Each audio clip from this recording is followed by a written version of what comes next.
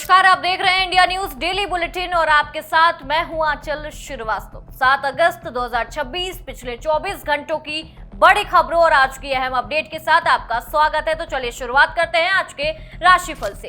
आज 7 अगस्त को सूर्य और शनि के बीच शुभ नवपंचम योग बन रहा है, जिसे ज्योतिष में बेहद लाभकारी माना जाता है और इस योग का सबसे ज्यादा फायदा मेष, सिंह, धनु और कुंभ राशि के जातकों को मिलने की संभावना है। करियर में नए अवसर मिल सकते हैं, रुका हुआ धन वापस आने के योग है और कारोबार में भी अच्छा लाभ मिल सकता है। वहीं कई लोगों के लिए जो पदोन्नति है उसकी नई सरकारी और आर्थिक मजबूती के संकेत भी बताए गए हैं। सावन का दूसरा सोमवार 10 अगस्त को पड़ेगा और इस दिन बुधादित्य योग, महालक्ष्मी योग और समसप्तक योग जैसे 3 बेहद शुभ योग बनेंगे। ज्योतिष के अनुसार इन शुभ संयोग का सबसे ज्यादा लाभ कर्क, सिंह, धनु, कुंभ और मीन राशि के जातकों को मिल सकता है। माना जा रहा है कि इस दिन भगवान शिव की पूजा करने से करियर, धन और पारिवारिक जीवन में शुभ परिणाम भी मिल सकते हैं। इंडिया पोस्ट ने 10वीं पास उम्मीदवारों के लिए स्टाफ कार ड्राइवर के पदों पर भर्ती निकाली है और इस भर्ती के तहत कुल 11 पद भरे जाएंगे, जिनमें 10 पद बेंगलुरु और 1 पद मैसूरू के लिए बताया जा रहा है। आवेदन करने के लिए उम्मीदवार के पास 10वीं पास होने के साथ हल्के और भारी वाहन चलाने का वैध ड्राइविंग लाइसेंस और कम से कम 3 साल का अनुभव होना बेहद जरूरी है। चयनित उम्मीदवारों को 19,900 रुपए से 63,200 रुपए तक मासिक वेतन मिलेगा। आवेदन ऑफलाइन माध्यम से किए जाएंगे। पंजाब स्कूल शिक्षा विभाग ने सरकारी स्कूलों में फिजिकल ट्रेनिंग इंफ्रास्ट्रक्चर यानी कि पीटीआई के लिए 2000 पदों पर भर्ती निकाली है। इस भर्ती के लिए 12वीं पास के साथ सीपीईडी, डीपीईडी या बीपीईडी योग्य रखने वाले उम्मीदवार 31 अगस्त तक ऑनलाइन आवेदन कर सकते हैं। चयन लिखित परीक्षा, स्पोर्ट्स, ग्रेडेशन और फिजिकल टेस्ट के आधार पर होगा। वहीं चयनित अभ्यर्थियों को प्रोबेशन अवधि के दौरान 29,200 रुपए प्रति माह वेतन दिया जाएगा। नेशनल हेल्थ मिशन यानी कि एनएचएम असम ने स्टाफ नर्स और अन्य संबद्ध पदों पर 2204 भर्तियां निकाली हैं। इच्छुक उम्मीदवार 15 अगस्त तक बिना किसी आवेदन शुल्क के ऑनलाइन आवेदन कर सकते हैं। इस भर्ती के लिए बीएससी नर्सिंग या जीएनएम की योग्यता और संबंधित नर्स का जो कोर्स है वो जरूरी है। उत्तर प्रदेश अधीनस्थ सेवा चयन आयोग यानी कि यूपीएसएसएससी ने पेट 2026 का नोटिफिकेशन जारी कर दिया है। इस परीक्षा के जरिए लेखपाल, जूनियर असिस्टेंट, ग्राम विकास अधिकारी समेत कई ग्रुप सी भर्तियों के लिए उम्मीदवार का चयन किया जाएगा। संसद ने जन्म और मृत्यु प्रमाण पत्र से जुड़े नियमों में बड़ा बदलाव कर दिया गया है। अब अगर आप जन्म या मृत्यु का रजिस्ट्रेशन 1 साल से 2 साल की देरी से कराया जाते हैं तो उसके लिए जिला मजिस्ट्रेट या अधिकृत अधिकारी की मंजूरी बेहद जरूरी है। वहीं 2 साल से ज्यादा की देरी होने पर फर्स्ट क्लास जुडिशियल मजिस्ट्रेट के आदेश के बाद ही रजिस्ट्रेशन हो सकेगा। सरकार का कहना है कि इस बदलाव का मकसद फर्जी दस्तावेजों पर रोक लगाना और समय पर रजिस्ट्रेशन को बढ़ावा देना है।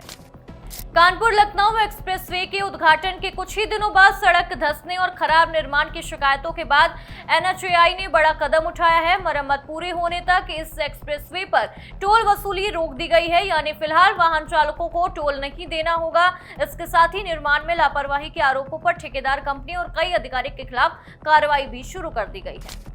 रेल यात्रा करने वालों के लिए एक अच्छी खबर है। रेलवे ने नया निर्देश जारी कर दिया है। अब एसी कोच में आरएसी टिकट पर सफर करने वाले हर यात्री को अलग से पूरा बेडरोल किट मिलेगा, यानी आधी सीट मिलने पर भी चादर, कंबल और तकिए जैसी सभी सुविधा पूरी दी जाएंगी। ये फैसला यात्रियों की लगातार मिल रही शिकायतों के बाद लिया गया है। इसे सभी जोनल रेलवे में तुरंत लागू करने के निर्देश दिए गए हैं।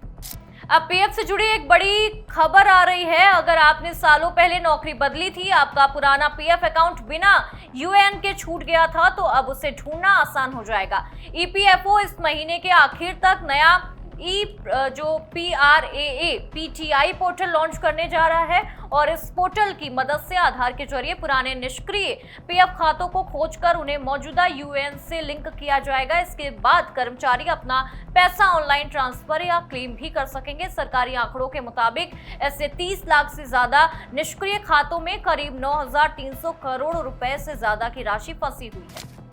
अब बात कारोबार और शेयर बाजार की। गुरुवार को एशियाई बाजारों में उतार चढ़ाव देखने को मिला है। जापान के निक्केई करीब 2%, दक्षिण कोरिया का कोस्पी लगभग 4% तक गिर गया है। हालांकि इस बीच भारत के लिए राहत की बात यह है कि गिफ्ट निफ्टी करीब 50 अंकों की बढ़त के साथ कारोबार करता दिखा, जिससे घरेलू बाजार की मजबूत शुरुआत के संकेत मिले। वहीं कच्चे तेल की कीमतें फिलहाल स्थिर बनी हुई हैं, क्योंकि ईरान से जुड़ी जो भू राजनीतिक स्थिति थी उस पर निवेशकों की नजर बनी हुई है। सोना चांदी खरीदने की सोच रहे हैं तो पहले आज के ताजा भाव जान लीजिए। 7 अगस्त को 24 कैरेट सोने की कीमत करीब 1,59,000 रुपए प्रति 10 ग्राम है। 22 कैरेट सोना करीब 1,36,600 रुपए प्रति 10 ग्राम के आसपास कारोबार कर रहा है।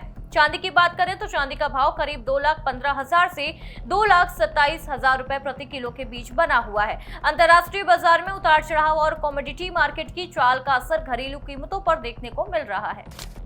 अब बड़ी कानूनी खबर की ओर चलते हैं। नाबालिग से दुष्कर्म के मामले में उम्र कैद की सजा काट रहे आसाराम बापू को फिलहाल सुप्रीम कोर्ट से अंतरिम जमानत नहीं मिली। कोर्ट ने कहा कि अभी मेडिकल आधार पर राहत देने की जरूरत नहीं बनती, लेकिन अगर उनकी तबीयत और बिगड़ती है तो वो दोबारा अंतरिम जमानत की मांग कर सकते हैं।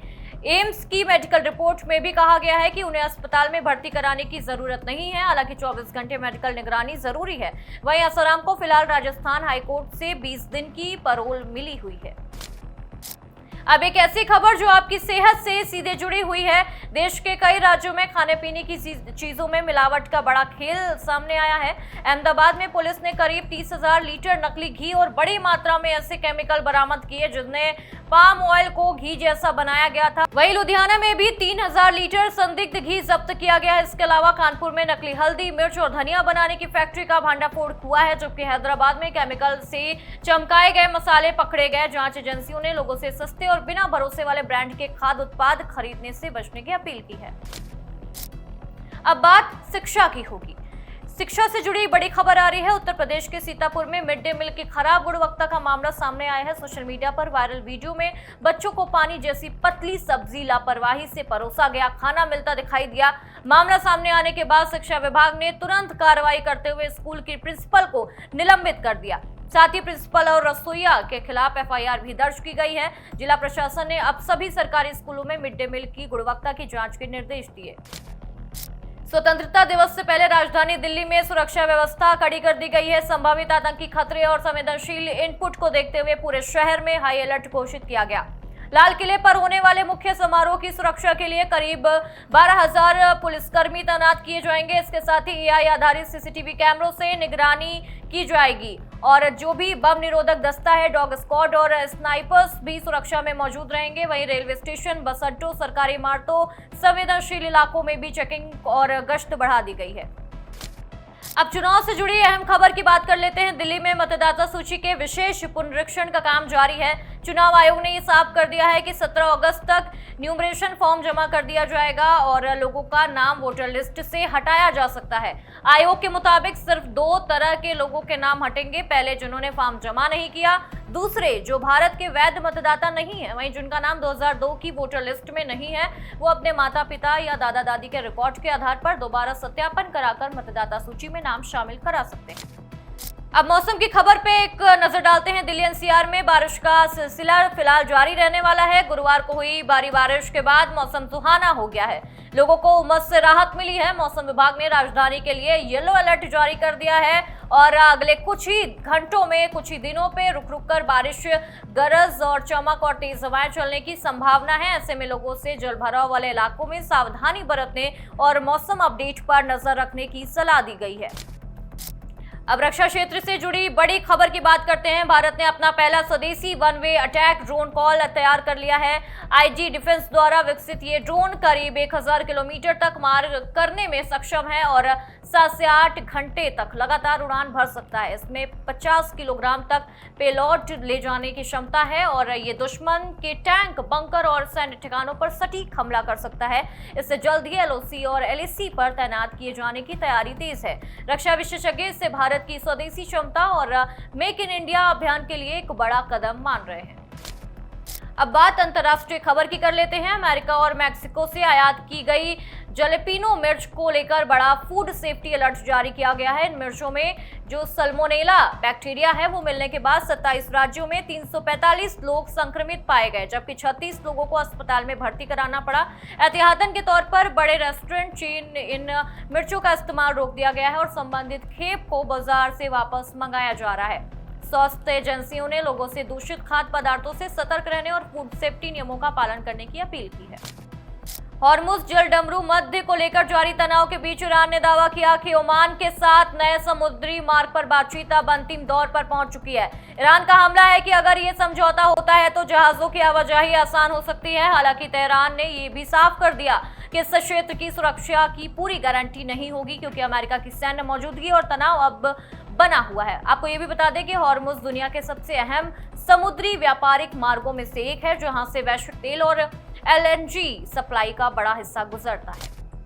अब बात अमेरिका की राजनीति से जुड़ी एक बड़ी खबर की ओर चलते हैं। मिशिगन में डेमोक्रेटिक पार्टी की सीनेट प्राइमरी में अब्दुल्ला सैयद ने जीत दर्ज की है। उन्होंने पार्टी के वरिष्ठ नेता हेली को कड़े मुकाबले में हराया। अब नवंबर में उनका मुकाबला रिपब्लिकन उम्मीदवार माइक रोजर्स से होगा। अगर वो ये चुनाव जीत जाते हैं तो अमेरिका के इतिहास के पहले मुस्लिम सीनेटर बन जाएंगे। 41 वर्षीय अब्दुल्ला अल सैयद पेशे से डॉक्टर और पब्लिक हेल्थ विशेषज्ञ है। उन्होंने अपना चुनाव स्वास्थ्य सेवाओं, सामाजिक सुरक्षा और आर्थिक असमानता जैसे मुद्दों पर लड़ा है। उनकी इस जीत को डेमोक्रेटिक पार्टी पे प्रोग्रेसिव राजनीति की बड़ी सफलता माना जाएगा। अब बात बांग्लादेश की राजनीति से जुड़ी बड़ी खबर की।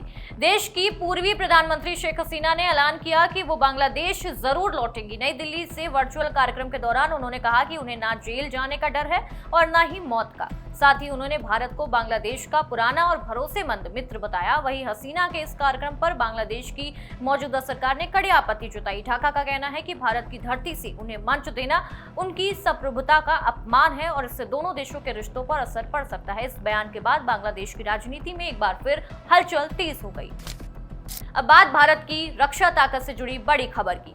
भारत का स्वदेशी Pinaka multi barrel rocket launcher अब मिस्र की नजर में है। रिपोर्ट के मुताबिक मिस्र इसे अमेरिका के HIMARS के किफायती और असरदार विकल्प के तौर पर देख रहा है। पिनाका की खासियत इसकी सटीक निशानेबाजी, कम लागत और अलग अलग रेंज के रॉकेट दागने की क्षमता पर है। इसकी रेंज 45 किलोमीटर से लेकर 120 किलोमीटर तक पहुंच चुकी है। अगर ये सौदा आगे बढ़ता है तो भारत की रक्षा निर्यात को बढ़ावा मिलेगा और दोनों देशों के बीच रक्षा सहयोग भी मजबूत हो सकता है। अब बात पाकिस्तान से जुड़ी एक बड़ी खबर की कर लेते हैं। पाकिस्तान ने विदेशी पत्रकारों के लिए नए नियम लागू कर दिए हैं। अब इस्लामाबाद, लाहौर और कराची के बाहर किसी भी इलाके में रिपोर्टिंग करने से पहले NOC लेना जरूरी होगा। माना जा रहा है कि इस फैसले का सबसे ज्यादा असर पाकिस्तान अधिकृत कश्मीर यानी कि POK और बलूचिस्तान जैसे संवेदनशील इलाकों की रिपोर्टिंग पर पड़ेगा। हाल के दिनों में POK में विरोध प्रदर्शन और सुरक्षा बलों की कार्रवाई की खबरें अंतर्राष्ट्रीय मीडिया में लगातार सामने आ रही थी। ऐसे में इस नए फैसले को प्रेस की आजादी पर रोक और संवेदनशील इलाकों की कवरेज सीमित करने की कोशिश के तौर पर देखा जा रहा है। फुटबॉल स्टार क्रिस्टियानो रोनाल्डो और उनकी मंगेतर जॉर्जिना रोड्रिगेज की बिकनी तस्वीर पर सोशल मीडिया पर कुछ लोगों ने उन्हें बॉडी शेम करते हुए मोटी कहा। इसके बाद जॉर्जिना ने एक भावुक पोस्ट शेयर करके कहा कि हर महिला का शरीर समय के साथ बदलता है और यही जिंदगी की खूबसूरती है। इस पर क्रिस्टियानो रोनाल्डो ने उनका खुलकर साथ दिया। रोनाल्डो ने कहा कि किसी की पहचान उसके शरीर से नहीं बल्कि उसके व्यक्तित्व, मेहनत और इंसानियत से होती है। रोनाल्डो के इस समर्थन की सोशल मीडिया पर खूब तारीफ हो रही है। अब बात कॉमनवेल्थ गेम से जुड़ी एक चौंकाने वाली खबर की। ग्लासगो कॉमनवेल्थ गेम्स 2026 खत्म होने के बाद कई खिलाड़ी अपनी टीमों के साथ वापस नहीं लौटे हैं। स्कॉटलैंड पुलिस ने मामले की जांच शुरू कर दी है। रिपोर्ट्स के मुताबिक युगांडा की बॉक्सिंग टीम के 4 खिलाड़ियों और पाकिस्तान के मुक्केबाज कुदरतुल्ला लापता बताए जा रहे हैं। पुलिस और ब्रिटेन का होम ऑफिस मिलकर पूरे मामले की जांच कर रहा है। अब बात करते हैं एंटरटेनमेंट की। लॉकअप 2 की trophy content creator Shreya Kalra ने अपने नाम कर लिया। फिनाले में उन्होंने शिवांगी जोशी को हराकर जीत हासिल की और 1 करोड़ रुपए का कैश प्राइज भी जीता। जीत के बाद इंस्टाग्राम लाइव में श्रेया भावुक हुई। उन्होंने अपनी ट्रॉफी दोस्तों को समर्पित करते हुए कहा कि पूरे सफर में उन्होंने हर मुश्किल में उनका साथ दिया। श्रेया ने यह भी कहा कि उन्हें कई बार सिर्फ कंटेंट क्रिएटर और आउटसाइडर कहकर कम आंका गया, लेकिन उन्होंने अपनी मेहनत से खुद को साबित किया। अब बात एंटरटेनमेंट की एक और बड़ी खबर की करते हैं। रियलिटी शो द अलायंस को पहला अपना विनर मिल गया है। टीवी होस्ट मिनी माथुर ने फिनाले में अपनी अली गोनी और रूली दोस्तानी को हराकर ट्रॉफी अपने नाम कर ली है। जीत के साथ उन्हें 50 लाख रुपए का कैश प्राइज भी मिला है। पूरे सीजन में अपनी शानदार रणनीति और लगातार बेहतरीन प्रदर्शन के दम पर मिनी ने ये खिताब जीता है। जीत के बाद उन्होंने कहा कि उम्मीद है कि उनका ये सफर महिलाओं को अपने सपनों पर भरोसा करने और हर चुनौती का सामना करने की प्रेरणा देगा। और आखिर में बड़ी खबर, रणबीर कपूर और यश स्टारर बहुप्रतीक्षित फिल्म रामायण की रिलीज डेट का ऐलान हो गया है। फिल्म का पहला भाग 6 नवंबर 2026 को यानी दिवाली से ठीक 2 दिन पहले दुनिया भर के सिनेमाघरों में रिलीज होगा। इस फिल्म में रणबीर कपूर भगवान राम, यश रावण और साई पल्लवी माता सीता के किरदार में नजर आएंगी। वहीं सनी देओल भगवान हनुमान और छवि दुबे लक्ष्मण की भूमिका निभा रहे हैं। फिल्म के ट्रेलर को भारत ही नहीं विदेशों में भी शानदार प्रतिक्रिया मिल रही है और फैंस इसकी रिलीज का बेसब्री से इंतजार कर रहे हैं। इसी के साथ फिलहाल के लिए बस इतना ही। देखते रहिए इंडिया न्यूज डेली बुलेटिन। नमस्कार।